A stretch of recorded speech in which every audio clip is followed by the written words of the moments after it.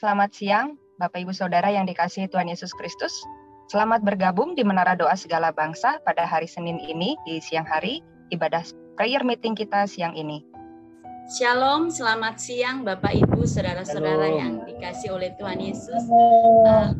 Bisa mendengar suara saya karena saya di sini internetnya juga agak sedikit terganggu dari tadi malam. Bisa dengar suara saya Bapak Ibu Saudara-saudara? Jelas Bu. Jelas. Bisa Bu. Oke, terima kasih puji Tuhan. Hari ini saya akan sharingkan firman dengan judul Jangan membawa diri sendiri masuk ke dalam pencobaan. Tetapi sebelumnya marilah kita berdoa. Tuhan Yesus, Bapa yang baik, terima kasih untuk kesempatan yang Kau berikan bagi aku untuk menyampaikan firman. Tuhan, Engkau tahu kekurangan dan kelemahanku Tuhan. Mari tuntun pimpin mulut bibir hamba yang berdosa. Agar setiap kata-kata firman ini Tuhan, Roh Kudus yang menuntun hamba Tuhan. Hamba butuh pertolongan-Mu Bapa. Karena hamba tidak punya apa-apa, hamba tidak bisa kalau Engkau tidak bersama-sama dengan hamba. Engkau juga menuntun memimpin kami semua yang hadir di sini. Supaya kami bisa menerima firman ini dengan baik. Dan kami mau melakukannya dalam hidup dan kehidupan kami. Ampuni kami Bapa, Engkau berkati jaringan supaya bisa berjalan dengan baik Tuhan. Supaya kami bisa menikmati firman-Mu ini Tuhan. Bapa, semua ini kami lakukan untuk kemuliaan dan kehormatan nama-Mu. Matikan kesombongan dan kedangingan kami Tuhan. Karena kami mampu karena Engkau. Terima kasih Tuhan. Kami sudah siap untuk mendengarkan firman-Mu. Haleluya. Amin. Ya, Bapak, Ibu, Saudara-saudara sekalian, firman ini saya dapat 1 bulan yang lalu. Ketika Roh Kudus berkata, jangan membawa dirimu sendiri masuk ke dalam pencobaan. Lalu saya mulai bertanya sama Tuhan, Tuhan, ini maksudnya apa?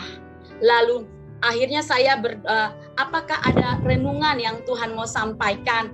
Karena saya ini bukan seorang pendeta, terus saya mau sampaikan kemana seperti itu. Tapi akhirnya Tuhan membawa saya bangun pagi jam 3 subuh dan saya membaca firman, saya berdoa, saya pujian penyembahan, lalu Tuhan bilang begini, nah kamu baca, kamu bandingkan 2 tokoh yang ada di dalam Alkitab, yaitu Daud dan Yusuf. Nah, Bapak, Ibu, Saudara-saudara sekalian, ini firmannya banyak Alkitab yang harus saya baca.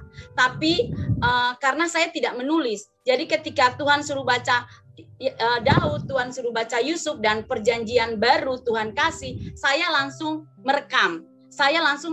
Jadi saya tidak menulis dan banyak firman, banyak Alkitab yang harus saya baca. Cukup waktunya panjang, makanya Tuhan sayang, Roh Kudus memimpin supaya mempersingkat. Mungkin saya tidak akan baca. Jadi begini Bapak Ibu Saudara-saudara, ketika Tuhan suruh saya, ayo nah kamu baca Daud. Nah, saya tidak kita semua tahu siapa itu Daud. Ya, Daud adalah seorang tokoh di dalam Alkitab yang bisa menyenangkan hati Tuhan dengan pujian dan penyembahannya. Ya, dia raja yang diurapi Tuhan. Tuhan sangat memberkati Daud. Dari dia cuma mengembalakan 2-3 ekor kambing domba, sampai dia bisa mengalahkan Goliat dengan cuma orang Ambon bilang kata pel ya Bapak Ibu. Dan dia diangkat menjadi raja. Dia dipenuhi, dia diberkati oleh Tuhan dengan banyak harta, dengan kekuasaan, dengan banyak istri dan juga banyak anak. Nah, coba kita baca di 2 Samuel 11 ayat 2 sampai dengan ayatnya yang kelima. Ya, di sini menunjukkan bahwa Daud seorang yang diurapi, tapi dia bisa membawa dirinya masuk ke dalam pencobaan. Karena apa? Kalau 2 Samuel 11 ini ayat 2 sampai 5 itu di situ dikatakan, saya tidak baca Bapak Ibu, boleh nanti Bapak Ibu baca di rumah. Ketika pagi-pagi Daud bangun dan dia berjalan di atas soto. Dia hampir sama soto Sokaraja, jadi mulutnya ini salah. Jadi di atas soto Bapak Ibu, dia melihat seorang perempuan seorang perempuan yang sedang mandi, namanya Batseba. Ya. Nah, saat itu dia manggil orang, dia tanya, dia mencari tahu siapa sih itu Batseba. Ya, ternyata Batseba adalah istri Uria. Uria ini siapa sih? Uria ini adalah bawahannya, prajuritnya. Ya, Bapak Ibu saudara-saudara, Uria ini adalah bawahannya, prajuritnya. Dia sudah tahu bahwa itu istri Batseba itu adalah dia sudah punya suami. Tapi di sini menggambarkan bahwa Daud tidak bisa menguasai dirinya sehingga dia membiarkan dirinya masuk ke dalam pencobaan. Bapak Ibu, saya mau bilang, terkadang pencobaan yang terjadi dalam kehidupan kita sehari-hari, aduh kok pencobaannya tidak berakhir ya? Kok kenapa saya? Kok kenapa terjadi begini? Terus kita bilang, Tuhan, saya akan jawab kita itu doa kita itu tidak terjawab. Lalu kita mulai mempersalahkan Tuhan. Tuhan, kenapa doa kita tidak terjawab? Ada apa? Coba kita tenang diri, kita mengintrospeksi diri lagi, kita melihat ke belakang lagi. Apakah pencobaan ini Tuhan berikan untuk satu proses, ataukah pencobaan ini kita sendiri yang membawa diri kita masuk ke dalam pencobaan? Ya Bapak Ibu, ketika Daud dia mencari tahu itu siapa Batseba, dan akhirnya apa Bapak Ibu kalau lanjut, dia tidur dengan Batseba. Ya, dia tidur dengan Batseba. Daud seorang diurapi Tuhan. Daud seorang yang taat kepada Tuhan. Dia tahu kok. Keluaran 20 berkata, jangan bersinah. Ya, jangan mengingini milik sesamamu, istri sesamamu, budak sesama, itu sudah terjelas ada di Keluaran 20. Tapi kenapa Daud mau? Sudah tahu bahwa Batseba ini adalah istri Uria. Kenapa dia mau melakukan dosa? Kenapa dia membiarkan, dia mengizinkan dirinya sendiri masuk ke dalam pencobaan dan fatal, Bapak Ibu. Di sini saya menemukan bahwa Tuhan itu adil. Ya, dia tidak memandang siapa, sekalipun itu raja, hamba Tuhan, siapapun dia, kalau salah dihukum. Ya, Bapak Ibu, mari saya akan lanjut ya Bapak Ibu, itu ya. Jadi ketika Daud itu dia tidur dengan Batseba, lalu Batseba itu hamil. Ya Bapak Ibu, dia mengandung. Nah, tidak sampai di situ, sesuatu perencanaan kejahatan yang diberikan Daud. Dia merencanakan pembunuhan Uria. Ya Bapak Ibu saudara-saudara sekalian, sebelum saya masuk di dalam bercerita tentang seorang prajurit, kebetulan saya seorang istri prajurit. Saya tahu bagaimana kehidupan seorang prajurit. Saya merasakan kalau ditinggal suami berbulan-bulan, Bapak Ibu, kangennya seperti apa. Nah, di sini menunjukkan bahwa Uria adalah salah satu prajurit yang setia. Bapak Ibu, saya menikah sama suami saya 4 kali saya ditinggal tugas penjagaan Satgas Papua di Aceh 18 bulan. Papua 14 bulan, di Ambon. Setiap daerah konflik saya ditinggal sama suami saya.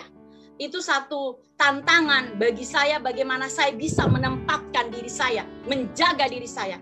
Ada satu kalimat yang suami saya setiap dia mau berangkat, dia tinggalin saya.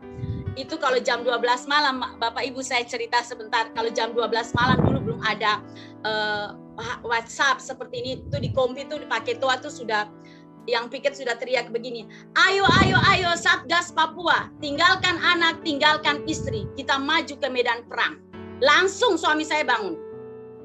Kalau sudah dengar ayo Satgas Papua, tinggalkan anak, tinggalkan istri, kita maju ke medan perang, suami saya langsung bangun. Maaf, aku mau berangkat tugas. Langsung, biar saya ini merengek-rengek lagi hamil besar, tidak peduli kok ditinggal. Tidak peduli, ya. Amen. Saya bilang. Akhirnya saya harus mendukung. Jadi waktu jadi waktu begitu tentara. Iya, itu tentara ya. Kita juga tentara, tentara Tuhan. Mau dan tidak mau saya harus mengikuti aturan ya.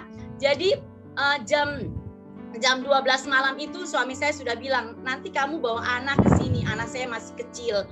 Kamu ketemu sama saya di sini. Jadi ada waktu 10 apa 15 menit. Suami saya itu bisa istilahnya komandannya kasih kesempatan buat kita berpeluklah begitu ya, karena kita tidak tahu dia pergi ini dia kembali atau tidak. Ya, jadi saya bangun anak itu, saya gendong jam 12, kita bawa di lapangan, sudah ada orang tentara bilang mercy, tapi truk sebenarnya, truk tentara itu sudah berjejer, sudah ada di pasukan, dia memberikan kesempatan. Waktu kesempatan itu komandannya itu tidak tinggal diam, dia jalan. Peloton mana yang harus naik trek duluan? Itu suami saya cuma sempat peluk saya, dia bilang begini, aku berangkat tugas, doain saya. Satu pesan suami saya kepada saya begini, jaga kehormatanku. Itu yang pertama. Saya menangis, saya tahu jaga kehormatan suami seperti apa. Berarti saya tidak boleh macam-macam. Yang kedua, doain saya dengan pasukan. Kalau pulang, kalau boleh semua pulang selamat, tidak ada yang gugur. Tapi pun kalau gugur dan misalkan saya gugur, saya titip anak-anak. Kamu jaga dengan baik. Itu pesan terakhir suami saya. Saya masih ingat, saya waktu masih memeluk dia sama anak saya, langsung komandannya bilang, Nes, naik.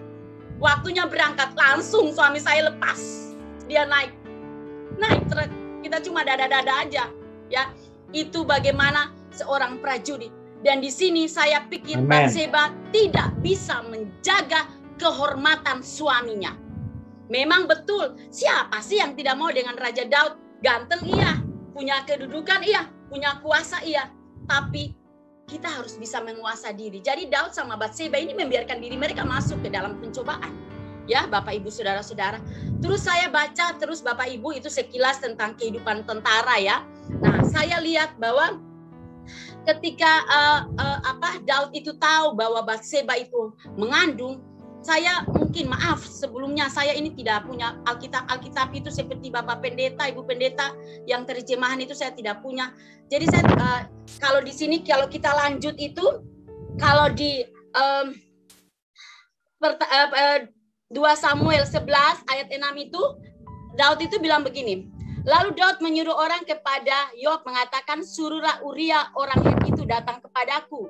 Maka Yoab menyuruh Uria menghadap Daud. Ketika Uria masuk menghadap dia, bertanyalah Daud tentang keadaan Yoab dan tentara dan keadaan perang.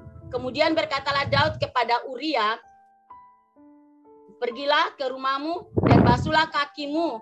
Ketika Uria keluar dari istana, maka orang menyusul dia dengan membawa hadiah raja. Tetapi Uria membandingkan diri di depan pintu istana bersama-sama tuannya dan tidak pergi ke rumahnya. Diberitahukanlah kepada kepada Daud, demikian Uria tidak pergi ke rumahnya. Lalu berkatalah Daud kepada Uria, bukankah engkau baru pulang dari perjalanan? Mengapa engkau tidak pergi ke rumahmu?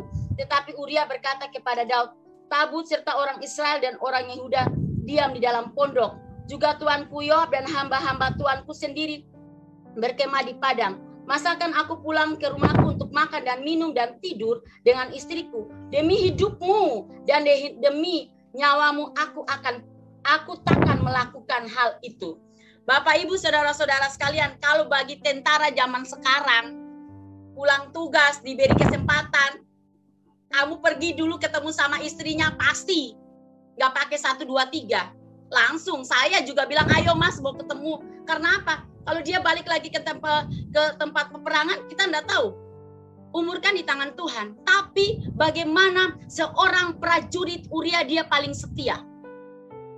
Bahkan dia bilang apa? Dia menyelamat, dia kan memikirkan nyawa loh. Nyawa si Daud ini. Tapi ternyata apa yang Daud lakukan di belakangnya? Ya, Bapak Ibu Saudara-saudara sekalian. Lalu saya bilang, Bapak Ibu, saya mau katakan bahwa Uria adalah seorang prajurit yang setia dan taat. Saya bilang begini, Uria itu dia membawa surat kematiannya, rencana pembunuhannya yang dikirimkan Daud ke Yoab melalui Uria. Ya, Bapak Ibu. Sekarang dia tidak tahu loh. Dia tidak tahu. Kalau Bapak Ibu akan baca itu ya. Nah, ayatnya yang ke-14 saya akan baca ya Bapak Ibu. Paginya Daud menulis surat kepada Yoab dan mengirimkannya dengan perantaran Uria. Ditulisnya dalam surat itu demikian, tempatkanlah Uria di barisan depan dalam pertempuran yang paling hebat. Kemudian kamu mengundurkan diri dan padanya supaya ia terbunuh mati. Jadi apa? Sudah diambil istrinya, sudah disuruh pulang, kamu tidur sama istrimu, bisa ketemu, mungkin mereka lagi berperang, dia tidak mau karena dia memikirkan nyawa dari Raja Daud. Bahkan surat kematian, rencana kematian pembunuhan Uria yang dikirimkan dari Raja Daud ke Uria melalui ke Yoab melalui siapa? Melalui Uria. Ya Bapak Ibu, saya baca itu saya bilang, wow Tuhan, ini satu prajurit yang setia. Satu prajurit dan setia. Tapi apakah yang dilakukan Daud itu dosa? Ya dosa paling besar. Satu, dia sudah berzina. Dua, dia sudah mengingini istri sesamanya. Itu ada di Keluaran 20. Yang ketiga, dia sudah membunuh. Membunuh seorang prajurit Tuhan, prajuritnya sendiri yang setia dan taat. Memang betul Bapak Ibu. Setelah itu Uria mati. Uria mati. Dan Uria mati, apa yang dilakukan Daud itu tertutup di mata manusia, tapi terbuka di mata Tuhan Allah. Dan Tuhan Allah mengirimkan seorang nabi, yaitu Nabi Nathan. Ya, Tuhan Allah mengirimkan seorang nabi, yaitu Nabi Nathan, untuk bilang kepada Raja Daud, kamu itu sudah salah. Karena kamu sudah melanggar kamu sudah melanggar perintahku yang ada di 10 hukum Taurat. Jangan membunuh, jangan berzina, jangan mengingini barang sesamamu. Tuhan mengirimkan Nabi Nathan untuk memperingati Daud. Mari Bapak Ibu, saya akan baca lagi 2 Samuel 12 ayat 9 sampai dengan 12. Ya. Jadi Tuhan itu mengirim Nabi Nathan. Tuhan bilang, Nabi Nathan, kau pergi ke hambaku Daud. Kau katakan seperti ini. Jadi begini, Nabi Nathan sampaikan pesan Tuhan Allah buat Raja Daud. Mengapa engkau menghina Tuhan dengan melakukan apa yang jahat di matanya? Uria orang Het itu kau biarkan ditewaskan dengan pedang. Istrinya kau ambil menjadi istrimu. Dan dia sendiri telah kau biarkan dibunuh oleh pedang Bani Amon. Oleh sebab itu, pedang tidak akan menyingkir dari keturunanmu sampai selama-lamanya. Karena engkau telah menghina aku dan mengambil istri Uria orang Het itu untuk menjadi istrimu. Beginilah firman Tuhan, bahwasannya malapetaka akan kutimpakan ke atasmu, yang akan datang dari kaum keluargamu sendiri. Aku akan mengambil istri-istrimu di depan matamu dan memberikannya kepada orang lain. Orang itu akan tidur dengan istri-istrimu di siang hari. Sebab engkau telah melakukan secara tersembunyi, tetapi aku akan melakukan hal itu di depan seluruh bangsa Israel secara terang-terangan. Ini merupakan satu hukuman. Akibat dari tidak bisa menguasai diri dan Daud membiarkan dirinya masuk ke dalam pencobaan dan mengakibatkan dosa, dan hukuman itu terjadi ternyata bukan buat Daud saja, tetapi buat seluruh keluarganya. Nanti kita akan baca terus ya Bapak Ibu. Nah itu yang mendatangkan kutuk. Ya, mungkin Bapak Ibu saudara-saudara di Menara Doa Segala Bangsa, Pak Hebron tiap hari Minggu 2 minggu sekali melakukan pelepasan kutuk. Nah, bisa jadi karena kutuk itu terjadi karena dosa kita sendiri.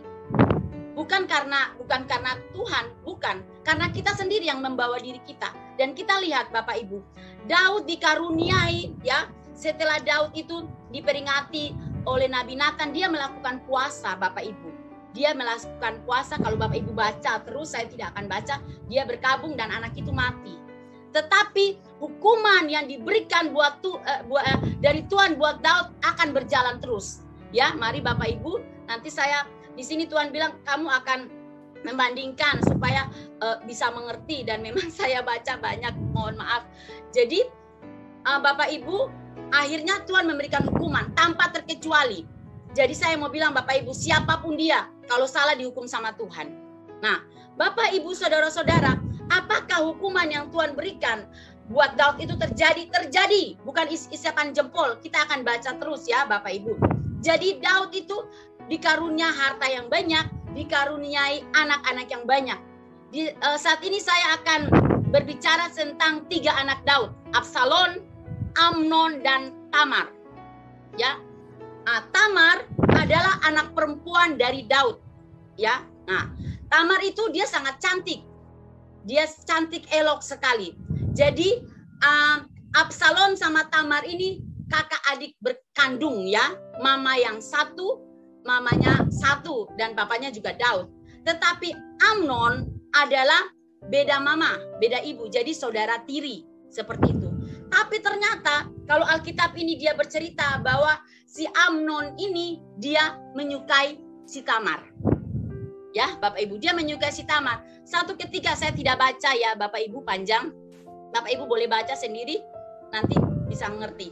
Jadi satu ketika dia tuh duduk, terus dia bersedih pagi-pagi. Terus ada teman yang bilang begini, "Hei kamu anak raja, kenapa kau bersedih?" Terus dia bilang begini, "Aku suka sama adikku Tamar." Kayak begitu. Akhirnya temannya itu bilang begini, "Gak usah bersedih, kamu pura-pura sakit aja. Lalu kamu bilang ke raja bahwa saya sakit, saya tidak mau makan. Saya mau makan terkecuali adik saya Tamar yang datang ke tempatku membuat roti bundar dan dari tangannya sendiri dia menyuapkan buat aku." Nah, itu permintaan seorang anak kepada bapak saat itu anaknya sedang sakit. Si Daud mau saja, "Oke Tamar, kamu pergi ke tempat kakakmu Amnon. Dia sakit dan di sana kamu harus bikin roti dia makan." Tapi apa yang terjadi? Setelah sampai di sana, dia suruh semua pengawalnya itu keluar. Dan apa yang terjadi Bapak Ibu? Si Tamar diperkosa oleh Amnon. Ya, berarti dosa persinahannya ada lagi. Kutuk itu berlaku lagi. Ya, ketika tadi Daud dia bersina dengan Batseba, sekarang anaknya sendiri memperkosa adiknya. Ya Bapak Ibu. Nah akhirnya tadinya padahal itu si Tamar itu dalam Alkitab dia sudah bilang, "Kakak jangan, kau bilang saja kepada raja supaya aku menjadi istrimu." Tetapi si Amnon ini dia tidak mendengar. Akhirnya dia memperkosa dan setelah itu dia sangat membenci adiknya. Nah otomatis seorang adik dia melaporkan diri, dia melaporkan ke kakaknya Absalom.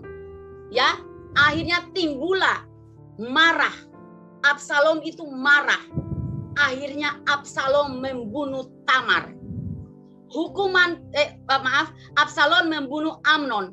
Hukuman Tuhan yang kita baca tadi ya Bapak Ibu, yang ini yang 2 Samuel 12 ini, "Oleh sebab itu pedang tidak akan menyingkir dari keturunanmu sampai selamanya, karena engkau telah menghina aku dan mengambil istri Uria orang Het itu untuk menjadi istrimu."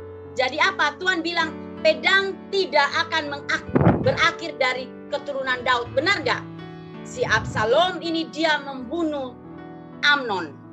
Ya, dosa persinahannya masih berlaku dan itunya juga masih ya. Sudah 2 hukuman yang Tuhan berikan itu Hukuman pertama itu sudah pedang tidak akan mengakhiri dari keturunannya. Kalau Bapak Ibu baca. Nah, akhirnya selanjutnya Bapak Ibu, ketika Absalom itu dia sudah membunuh saudaranya Amnon, akhirnya dia melarikan diri. Saya tidak baca ya Bapak Ibu supaya singkat. Dia melarikan diri beberapa tahun seperti itu. Dia melarikan diri, tapi beberapa tahun kemudian dia bisa kembali. Nah, tapi dia kembali, dia tidak bisa, si Raja Daud tidak mau ketemu dengan dia. Jadi kalau Bapak Ibu baca, jadi dia kembali beberapa tahun itu Raja Daud tidak ketemu dengan dia, tapi akhirnya pun beberapa tahun kemudian karena Daud juga ya namanya seorang bapak, dia juga kangen sama anaknya, akhirnya dia bisa ketemu dengan Daud dan di situ dia diberikan kuasa. Nah, ternyata kuasa yang diberikan Raja Daud kepada Absalom dia pakai untuk mempengaruhi sebagian besar orang Israel. Untuk apa? Untuk mengadakan kesepakatan gelap untuk melawan Raja Daud. Bapak Ibu boleh baca di 2 Samuel 15 ayat 1 sampai dengan ayatnya yang ke-37. Ya, jadi ternyata dia balik ketika dia dimaafkan oleh Raja Daud, dia diberikan kuasa, akhirnya dia mengadakan kesepakatan gelap, mengadakan pemberontakan. Karena sebagian dari orang Israel sudah percaya kepada Absalom. Ya Bapak Ibu, dan kita lihat, kita baca terus Bapak Ibu, dan ternyata Raja Daud itu tahu bahwa anaknya Absalom itu dia mengadakan pemberontakan. Dan dia, kalau kita baca terus Bapak Ibu, saya tidak baca, dia ketika dia tahu bahwa anaknya itu mengadakan pemberontakan, dia lari ke Yerusalem. Nah, di sini akan lihat hukuman Tuhan terjadi buat Daud. Dia lari ke Yerusalem. Tidak semua dari gundik-gundiknya itu dibawa ke Yerusalem. Ada sebahagian yang ditinggal di istana. Dan saat itu sebagian besar orang Israel berpihak kepada Absalom. Dan akhirnya karena meninggalkan istana, otomatis istana dikuasai oleh Absalom. Mari Bapak Ibu saya baca ya. Saya baca, kita lihat ya, saya baca. Kita baca di 2 Samuel 16 ayat 20. Ketika Absalom itu dia menguasai istana Raja Daud. Ya. Kemudian berkatalah Absalom kepada Ahitofel, berilah nasihat apakah yang harus kita perbuat. Lalu jawab Ahitofel kepada Absalom, hampirilah gundik-gundik ayammu yang ditinggalkannya untuk menunggu istana. Apabila seluruh Israel mendengar bahwa engkau telah membuat dirimu dibenci oleh ayahmu, maka segala orang yang menyertai engkau akan dikuatkan hatinya. Maka dibentangkanlah kemah bagi Absalom di atas soto. Lalu Absalom menghampiri gundik-gundik ayahnya di depan seluruh Israel. Ya Bapak Ibu, kita lihat bahwa hukuman Tuhan bagi Raja Daud terjadi. Kalau Raja Daud tadi dia berhubungan, dia melakukan hubungan zina dengan Batseba secara tersembunyi. Tapi ketika Tuhan tadi menyuruh Nabi Nathan, katakan bahwa Daud kau sudah bersalah dan Tuhan memberikan hukuman. Kalau saya tadi baca ya Bapak Ibu, saya ulang lagi supaya bisa ini ya. Ya, saya baca yang 2 Samuel 12 ayat 11. Ini pesan Tuhan yang disampaikan oleh Daud melalui Nabi Nathan. Beginilah firman Tuhan, bahwasannya malapetaka akan kutimpakan ke atasmu yang datang dari kaum keluargamu sendiri. Aku akan mengambil istri-istrimu di depan matamu dan memberikannya kepada orang lain. Orang itu akan tidur dengan istri-istrimu di siang hari, sebab engkau telah melakukannya secara tersembunyi, tetapi aku akan melakukannya di depan mata seluruh orang Israel secara terang-terangan. Jadi hukuman terjadi. Ketika Tuhan bilang pedang tidak akan berakhir dari keluargamu, Absalom membunuh Amnon. Dan ketika Tuhan bilang kamu akan melihat bahwa istri-istrimu akan ditiduri di depan orang Israel. Apa yang tadi firman itu? Ketika Absalom menguasai istana raja, dia menuduri gundik-gundik ayahnya di depan mata orang Israel di siang hari, tersembunyi, terbuka. Kalau Daud melakukan tersembunyi, kalau dia lakukan terbuka. Nah, ini kita lihat bahwa ketika kita masuk dalam pencobaan dan kita melakukan dosa, ada hukumannya siapapun dia. Bahkan bukan diri kita sendiri, tetapi keluarga besar kita juga, anak-anak juga kita kena. Kalau dari kisah Daud, nah Tuhan juga membandingkan saya dengan sosok Yusuf. Ya Bapak Ibu,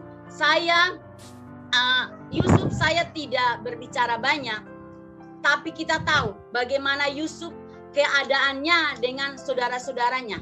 Ketika dia dibenci, dia diusir, ya kan, dia dibuang dan dia tinggal bersama Potifar. Kalau Bapak Ibu, saya selalu ingat pernah Pak Hebron juga membawa seperti itu ya. Ketika istri Potifar itu suka sama dia dan dia dia menolak, akhirnya dia dihukum. Dia dihukum, hukuman yang dia terima bukan perbuatan kesalahannya. Bapak Ibu, tidak enak.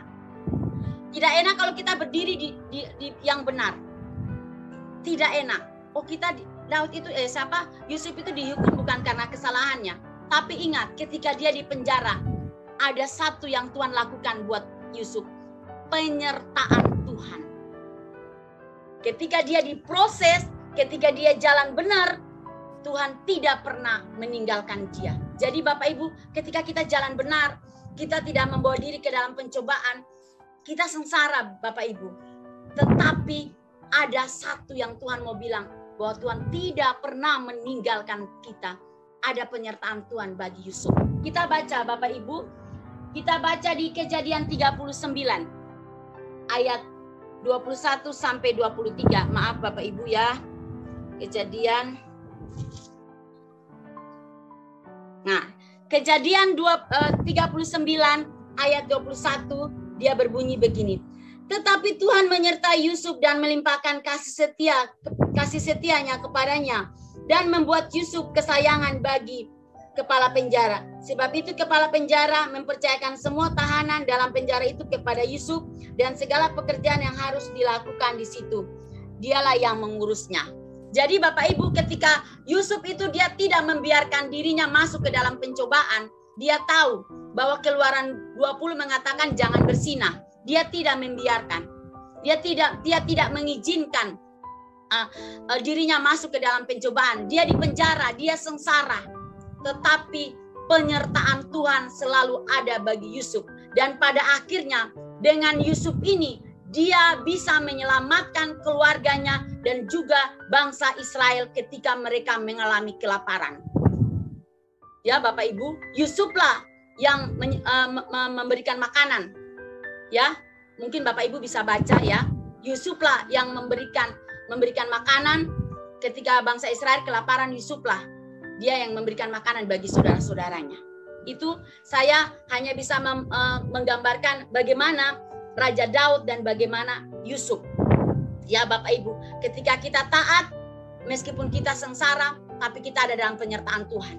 Tapi ketika kita melakukan dosa, kita membawa diri kita masuk ke dalam pencobaan, fatal. Hukuman itu terjadi buat siapapun. Di sini keadilan Tuhan baru saya melihat, oh ya ternyata Tuhan itu adil. Bapak Ibu, selanjutnya saya bilang sama Tuhan, ya Tuhan itu kan perjanjian lama. Ya, lalu kalau bagi kami di perjanjian baru itu seperti apa?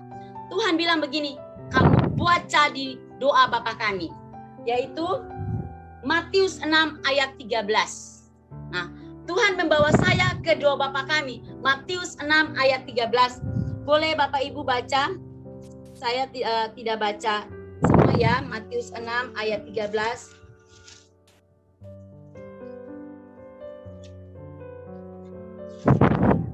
Ya, Matius 6 ayat 13.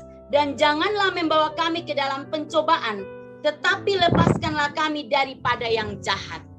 Lalu saya bilang sama Tuhan, dan janganlah membawa kami ke dalam pencobaan, tetapi lepaskanlah kami daripada yang jahat. Karena Engkaulah yang punya kerajaan dan kuasa dan kemuliaan sampai selama-lamanya. Maksudnya ini apa Tuhan?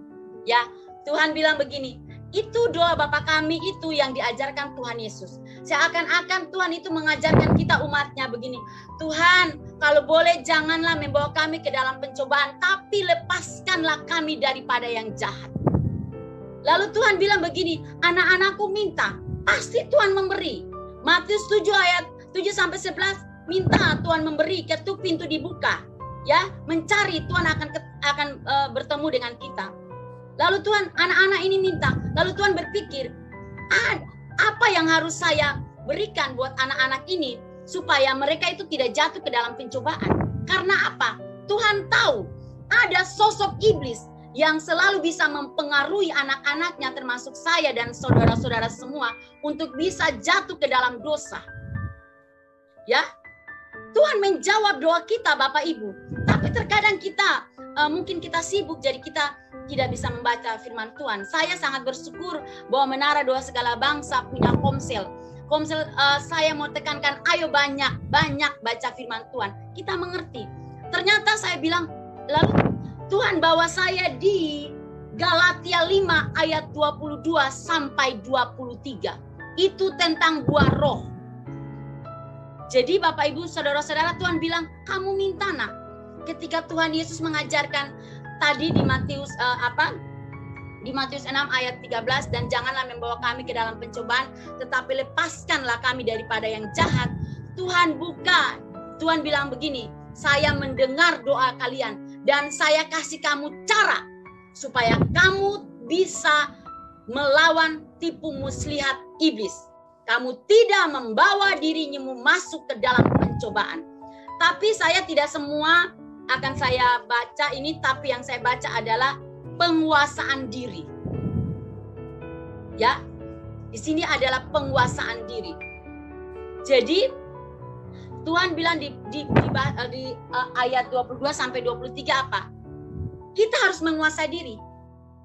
Intinya, Tuhan kasih loh buah-buah roh. Kita harus menguasai diri. Menguasai diri dari apa? Dari ajakan iblis. Menguasai diri dari apa? Roh kedagingan kita. Kita harus bisa menekan roh kedagingan kita. Dan kita harus bangkitkan roh kita ya. Daging kita ini lemah, tapi roh itu kita kuat. Manusia daging kita harus kita matikan. Dan kita bangkitkan manusia roh kita. Tuhan berkata itu, ketika kamu minta saya berikan di buah-buah roh, penguasaan diri. Kuasailah dirimu supaya kamu jangan jatuh di dalam pencobaan.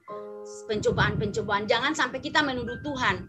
Aduh, ini Tuhan memberikan saya pencobaan, tapi ternyata kita sendiri yang membawa diri kita masuk ke dalam pencobaan.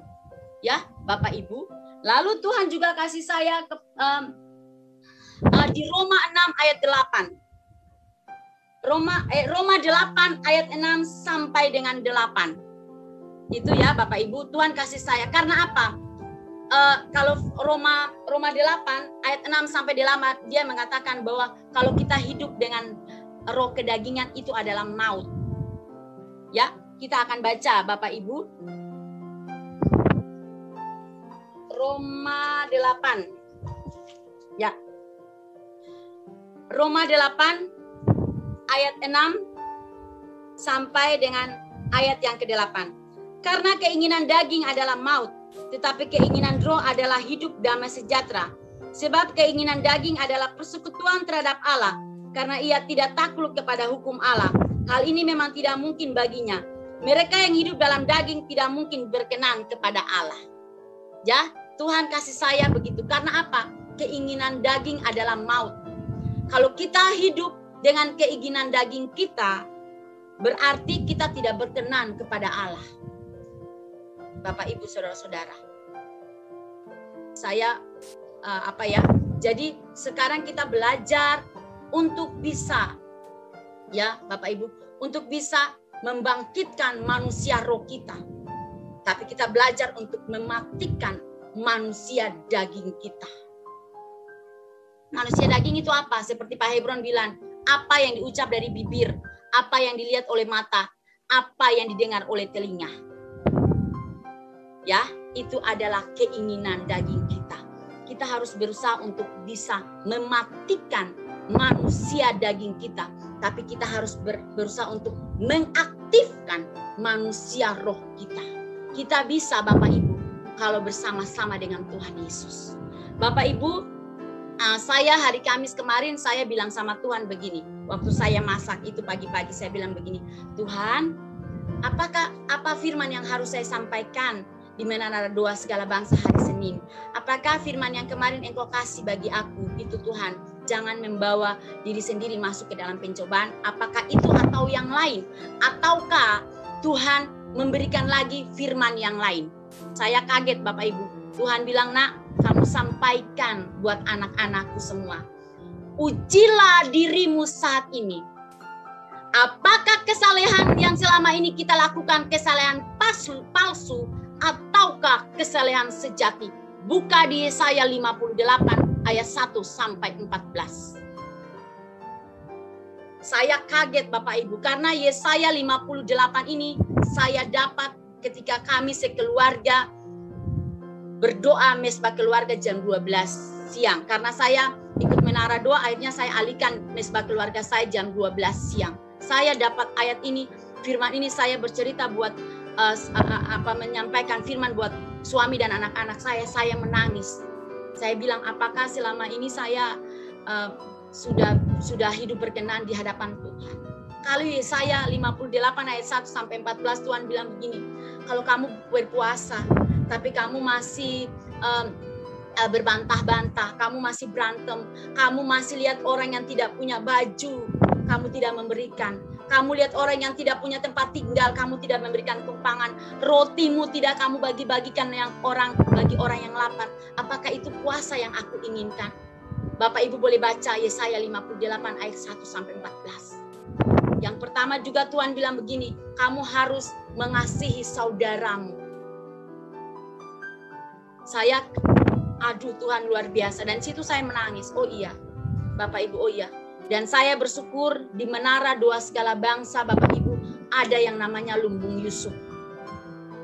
2 bulan yang lalu, ketika kami sekeluarga mengadakan mesbah keluarga di siang hari, saya lupa, mungkin Bu Lenda sama Pak Benbi saya, itu saya juga menangis.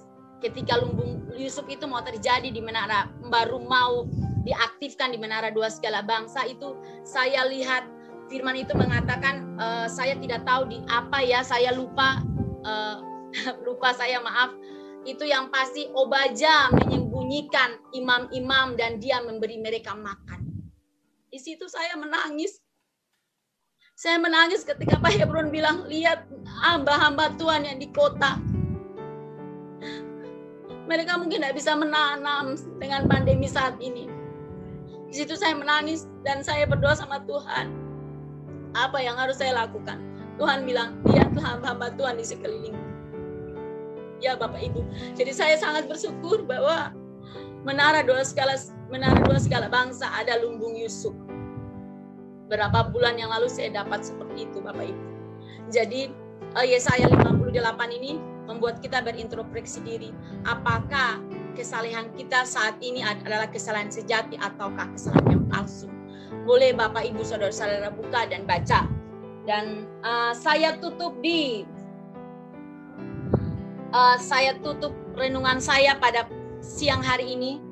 Buka di 1 Petrus 4 ayat 7 sampai 8. Saya bilang sama Tuhan, ketika saya baca, ketika saya dikasih firman ini sama Tuhan, saya mengaku bahwa Tuhan, saya masih banyak dosa. Saya belum menyenangkan Tuhan. Apa yang harus saya lakukan supaya saya berkenan di hadapan Tuhan? Tuhan bilang, buka di 1 Petrus 4 ayat 7 sampai 8. Ya, kita akan buka 1 Petrus 4 ayat 7 sampai 8, Bapak Ibu. Itu judulnya Hidup Orang Kristen. Kesudahan segala sesuatu sudah dekat. Karena itu kuasai dirimu, jadilah tenang supaya kamu dapat berdoa. Tetapi yang terutama, kasihilah sungguh-sungguh seorang akan yang lain, sebab kasih menutupi banyak segala dosa. Itu Bapak Ibu, saya dapat firman itu. Tuhan bilang begini, segala sesuatu sudah dekat. Untuk itu kamu harus belajar tenang dan bisa berdoa. Tenang, bisa berdoa dan menguasai dirimu. Dan ingat, kasih menutupi sekali banyak dosa. Roh Kudus berbicara bagi saya secara keras.